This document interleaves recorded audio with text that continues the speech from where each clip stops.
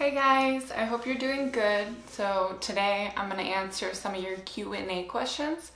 I got a lot, so I'm probably going to have to do a part 1 and part 2. First, I want to explain that I haven't really looked at these. I only looked at these to get the screenshots, and if I saw you commented, I liked your comment. Also, I want to say that I'm going to do this as real as possible. Like I said, I didn't look them up. I'm just gonna try and answer what I can. Again, I don't know everything, so I will do the best that I can to answer your questions. If you guys can help out and you have answers to the questions, please help me out. Some of these I might want to make a future video on and go more in detail, but for this, I'm gonna keep it short. So the next big thing is don't forget to subscribe and also check out my social media accounts. So I'm gonna start with the social accounts. So first one is from Instagram, and I was asked if you could visit another country, which one would you choose and who would you take with you? So I live in the US and I've only been to Canada. So there are a bunch of places that I want to go. I love tropical locations, so I'd love to go somewhere in the Caribbean, or I've always loved Greece and just wanted to see it in person. Who would I take with me? For that, if I were to go to one of those, I would probably take my boyfriend and he would come with me, and I don't know if I have introduced you guys to him yet. The next question is, what would you say has been the best and worst part about living with lupus? Let's start with the best. Which is weird. You wouldn't think you would start with the best, but I think the best is you guys. It's the support system that I was able to find and build, and just me having that little intuition to make a YouTube video, and all of a sudden it built up this whole community. It's so rewarding, and just being able to speak about this disease and what it's like is one of the best things I've done in my life. Now, the worst part is the pain sucks, but it's this. You get in your head, and I definitely would say that that's the worst part. I can't even describe it. It mentally breaks you down. This question actually comes from my friend Jay. Check her out. I will have her question up here. So, what's your advice to someone who's been newly diagnosed? So, my advice is always, whenever I do my walks, I sometimes meet younger individuals with lupus, and I just tell them that it's going to get better.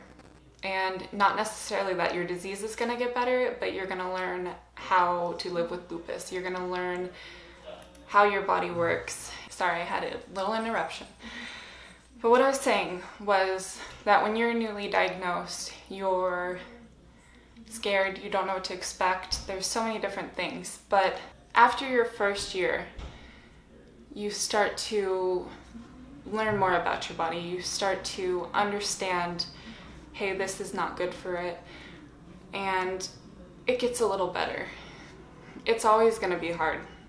And I will not lie to people saying that, and things can go wrong, complications can happen, but you're going to learn your body. And honestly, that's my best advice, is to just listen to your body, and when you're tired, take a break. When you know you're not going to feel good if you do this, take it easy. That's my best advice. The next question is, how do you deal with people judging you for the decisions you have to make for yourself because of lupus? So, I had lupus in my teenage years and then being a young adult. So, of course, I care what people think. But I'm getting to the point where I don't care. And if I have to cancel, sometimes I feel bad. I had to miss one of my friends' graduation for nursing school, and I bawled because I just felt so bad that I couldn't go. And it's things like that. You just have to realize that your health comes first, and it's not coming from a bad place. It's coming from a sense where you need to take care of yourself, and realizing that has helped me. So the next one is, when you are in a mild state of pain but can still get in a little bit of exercise, what exercises do you recommend? So basically they're asking for low impact and things like that. For me personally, I like resistance bands, and I find them nice because you can always go with the lightest one, and you can pretty much do anything with them.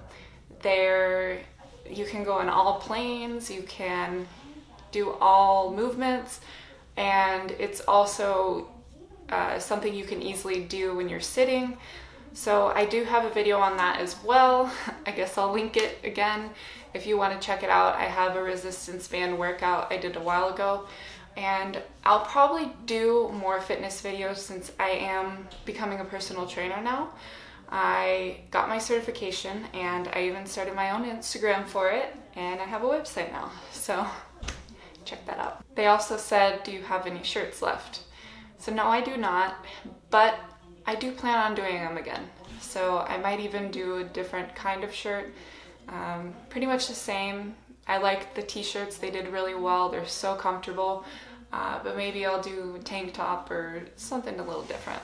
The next question is, I would love to hear about how lupus and fibromyalgia are connected, whether having one can cause the other, etc.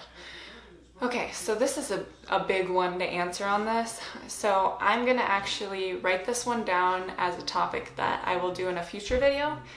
Fibromyalgia and lupus have a lot of the same symptoms, although they're attacking different things, and yeah, that needs to be a whole nother video.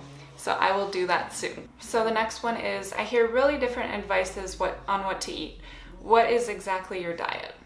So for this one, I believe in flexible dieting. So I pretty much eat just about anything, but I do limit myself in certain areas, and I don't eat beef products.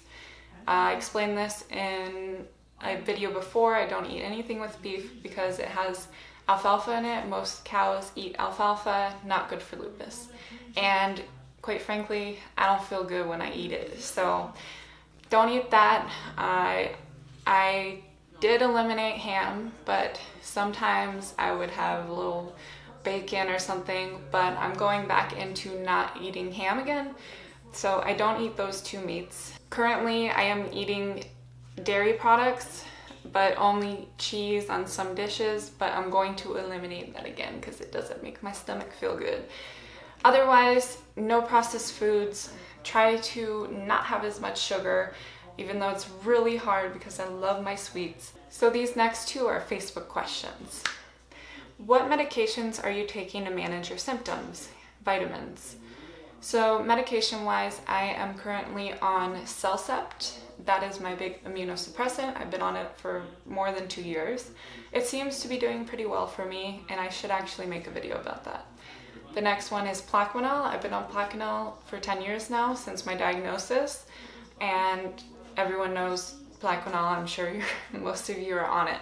If I am in pain, which luckily, since the back pod, I haven't been in that much pain. My lupus has been okay, and I don't take pain meds right now, but if I have to, I usually just take ibuprofen. Meloxicam is what my doctor gave me, and my stomach doesn't like that. First, I want to say, for vitamins and all that, just make sure with your doctor that it's okay, because just make sure that it's okay with your doctor for you to take certain vitamins, minerals, supplements, whatever it is. So for me, I take vitamin B because energy. I also take vitamin D. This is something that is usually low in lupus patients. I'm not sure about others, but I think most people have lower vitamin D. I also, when I was on prednisone, I was taking calcium. I no longer take that, but I probably should. I also just take a multivitamin and fish oil. So that's all I'm on right now. Okay, and this is gonna be the last question for this video because I can't believe I only did 10 questions. it's already done because, guys, I have 30 more. So, do you see the same support structures in place for men versus women with lupus? What would you want to see a support group look like these days? I like that question. So, as for the support structure for men versus women, I think that it is lacking on the men's side. You should be able to find a specific page for men. I don't know if that's out there. If it is, please let me know, because I do have a lot of men message me who have lupus, and you'd be surprised how many. It's funny because when you're in support groups or on lupus groups or whatever they're called, like lupus warriors, when you're in there, I don't typically see many men posting. And I know it's the 90% versus 10%, but you'd think every once in a while you would see some guy posting. But yet, I get all these messages from guys. Not that many, but you know, a couple every few months. And to me, it just shows how it's not as comforting to go into a group like Lupus Warriors or whatever. I'm not putting them on blast, I'm just saying in general, it's not a comforting place for them. And that's unfortunate. As for what you would like to see support groups look like these days, you know, I used to be really involved when I first got diagnosed. I would go on the support groups for help. Now I go to my YouTube channel for help.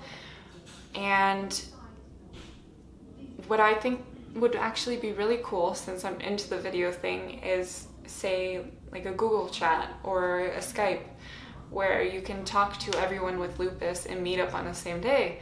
Because even in Las Vegas, we have support groups and where the people actually meet up. But if you think about it, a lot of lupus patients are going to be tired. So wouldn't that be great to have a Skype or, you know, group thing? Okay, so that is it for part 1. I will do part 2 soon. I might even throw it in the middle of the week. You guys know I typically post on Mondays, or I try to.